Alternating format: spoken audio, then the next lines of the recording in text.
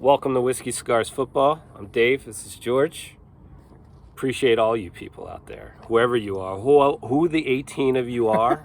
We appreciate you. It was up to 25. Was it 25? 25. Up to you, 25. All 25 of you, we care about sincerely. So we're going to start the show like we usually do. We're going to look at whiskey first, and I'll take that back because this is a bourbon. Bourbon. This is a Kentucky straight bourbon whiskey, and it's a very small batch, and it's also very old. Kind of like you. Yes, very old like me. So this is a Jefferson Reserve, and with that, I'll turn it over to the expert here. Well, it's a very nice aroma there. Very nice. You can kind of get a little bit of vanilla, a little oak, and then to sip it.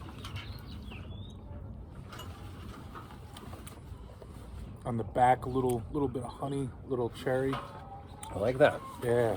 It's a good solid bourbon. $55 a 55. bottle. 55 to 60, depending on where you're getting it. Jersey's. If you go to Maryland, Jersey, Delaware, it's a little less. Yeah. Sure. The gas money and tolls you paid kind of wipes that out, though, Dave. But we're heading to Jersey, George. We are headed to so New we will Jersey. stock up. We will stock up. That's right. Very, Hey, very solid. Hold on for a second. Norm, come here. Come here, buddy.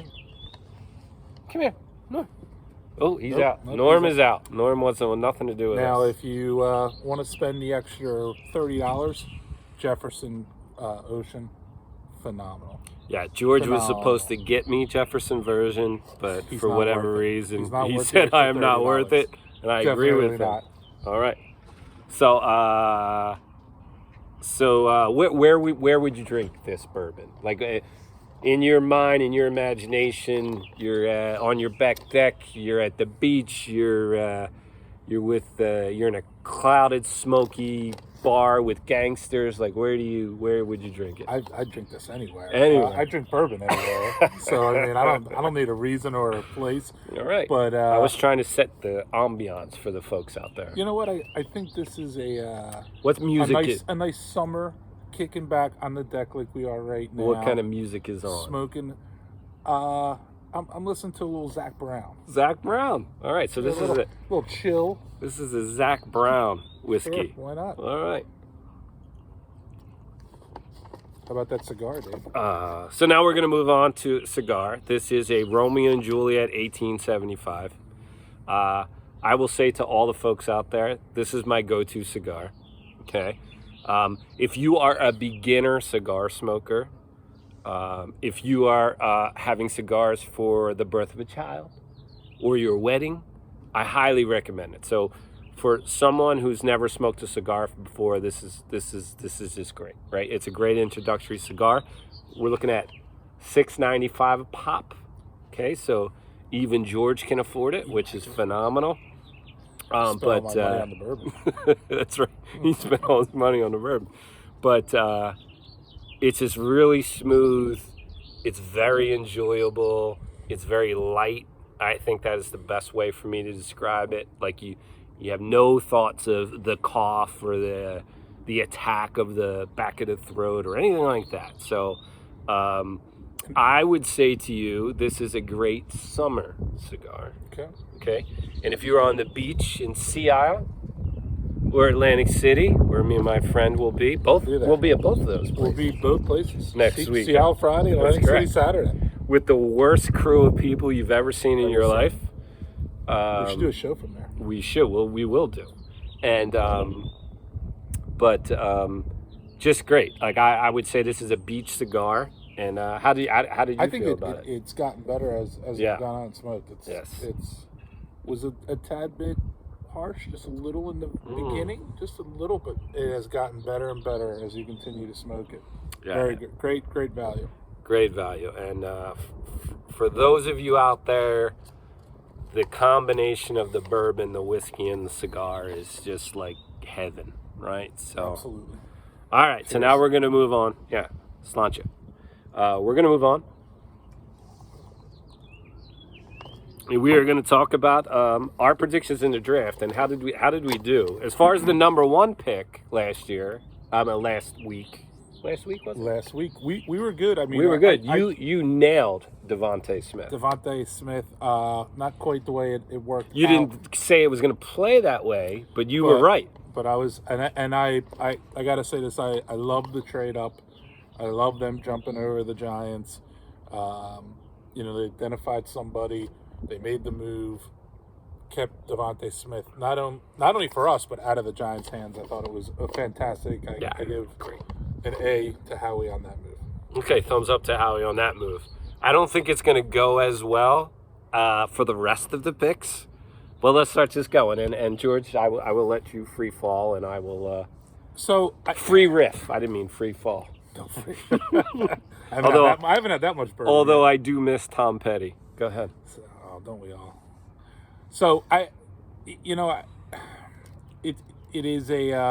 do want to say first off that going into this draft, and we talked about this, that we were looking hopefully to get 3, 4, 5 starters out of it. This is a 4-win team.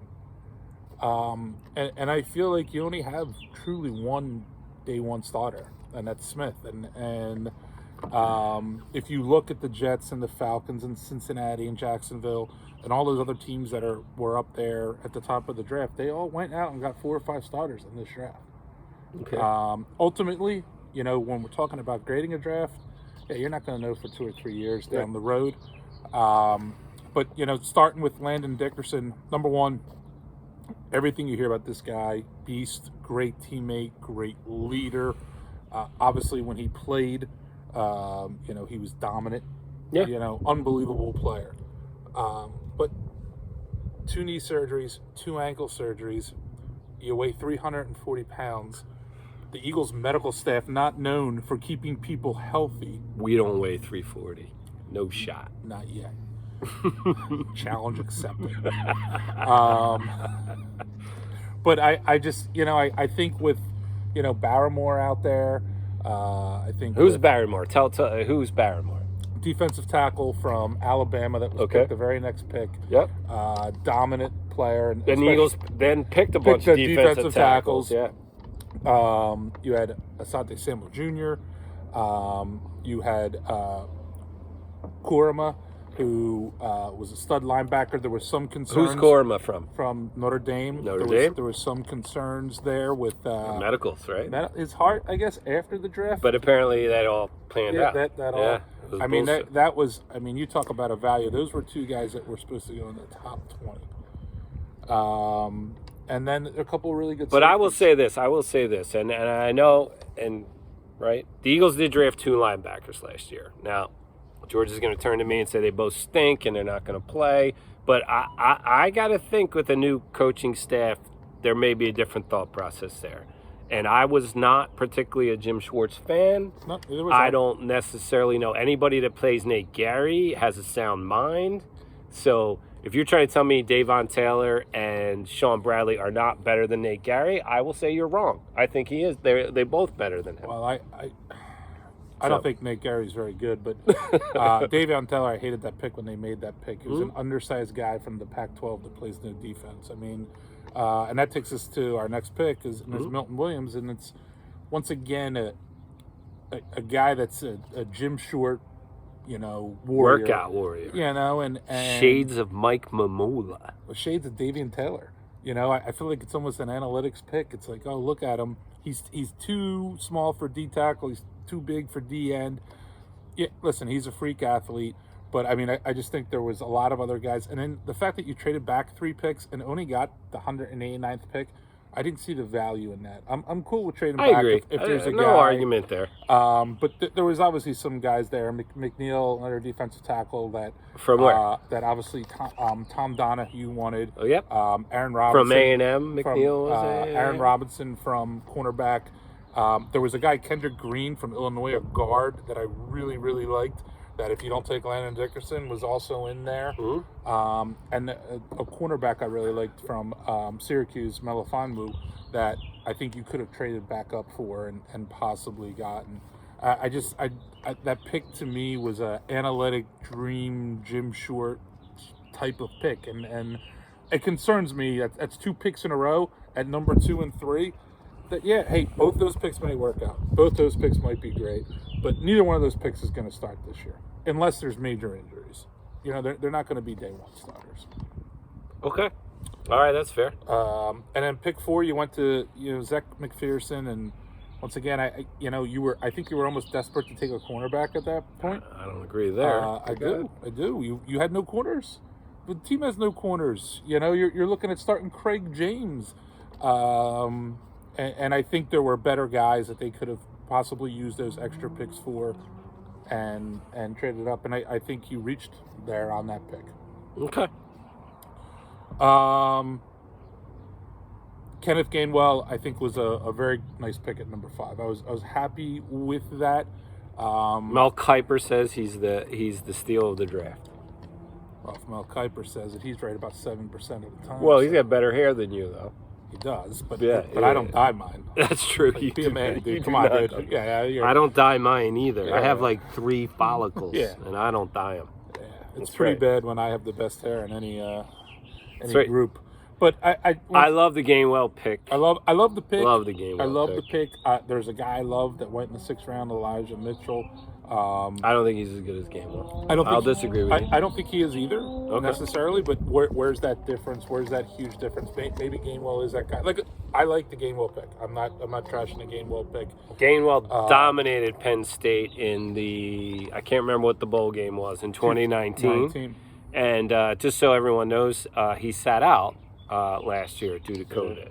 So he did. He had a couple family members that actually passed away. So he was. I mean, by all means, sat out, and I just think there were some misses there for them in these picks where they could have gotten some better secondary help, some better linebacker help.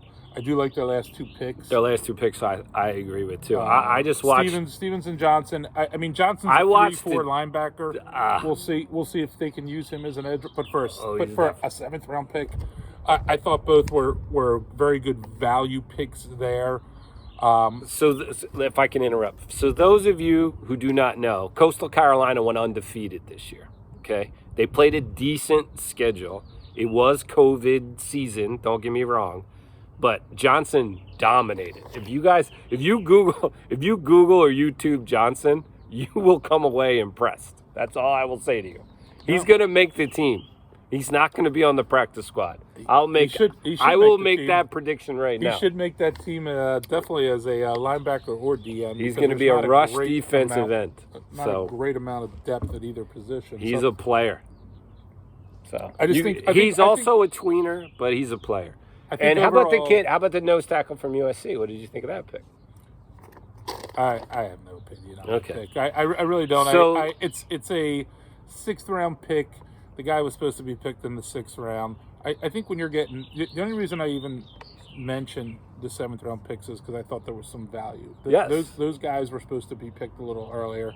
They were nice picks. I do also like the trade where you traded 2 7s for a 5th next year. I thought that was good as well. I think it was a 6th and a 7th for. I think it was that extra 6th that Howie got. No, it wasn't. It wasn't the extra 6. It was the. It was 225 and 234. I think it was, were the 2 picks. So they were both late picks. To get a 5th round pick, where we kind of talked last time, where there's a full football college season, hopefully 2,000 people in the draft instead of 700. Only 700 people available this year. A lot of players opted out. A lot of players asked to come back. They gave up a year, and they're going to come back in next year. So any picks that you could move this year into next year are supposed to be. It's a great move, right? It's a great move. Overall, I give it a B-. B minus? A B-. I didn't even think you would give it a B-. I thought he would give it. He was texting me as the picks were coming, folks, and trashing every pick. I didn't like 2 through 4. Every pick. 2 through 4. I liked not 4. A fan of 2. I liked Stephen. I liked all the day 3 picks, and I loved the Devontae Smith pick. Devontae Smith was a home run. Yes. Gainwell, very, very good pick. The last couple rounds. I don't like that they traded back. I didn't see the value in that Yeah. at all. I agree with him there. There's no reason to trade back when you have 11 picks. You already have enough picks. They're all not going to make the team anyway. Why do you trade back? We should have used some of those picks to trade up. Yes, in my opinion. But my guess, just so I think I would assume they tried to package picks to trade up, and they were not successful. That's my assumption, but I could be wrong. My assumption is if you're looking at this right now, that the four teams that were kind of ahead of you, and and we're not going to count Miami because they were 11-win team, and obviously had made some trades, and Miami had a great draft as well. But those other four teams that were in that 1 to 4 win range along with you, I think improved their teams much more this year. Ultimately, hey, you're not going to win anything this year probably, so it's 3 years down the road. Howie said they're competing. They're going to win as many games as possible. Well, they will. They're going to compete and try to win as many games as possible. But that's right. They will add more corners before the season starts. I will guarantee you that. Steve Nelson, formerly the Steelers, a guy that I like. I think now you don't have to give up any draft pick compensation there. Right. So I think that's something that they'll definitely address a veteran there. And a lot's going to come down to me, two things. It's going to come down to Jalen Hurts. It's going to come down to the health of your team. You have a lot of older players. But Jalen Hurts has some weapons now. He does. Right? The Eagles should score some points. If Brandon Brooks is back, if Lane Johnson is back, the Eagles have one of still the best offensive lines in football. So they should be able to do whatever they need to do. If they are healthy, I agree. And defense is a whole other game, but offensively they should be able to score some points. Would you agree? I agree, but I'm excited about and their entire coaching staff. The one guy that I'm most excited about is Jonathan Gannon. Yes. I see it being a much more aggressive defense than it was under Schwartz. Yes. I thought we were very passive and keep everybody in front of you. Joe Waller, passive aggressive. I agree. Joe Waller. Yes. He's been a disappointment for how long? He's been a disappointment for a really long time. 40 years. Thank you, guys. We'll be back. All right. Take care, everybody.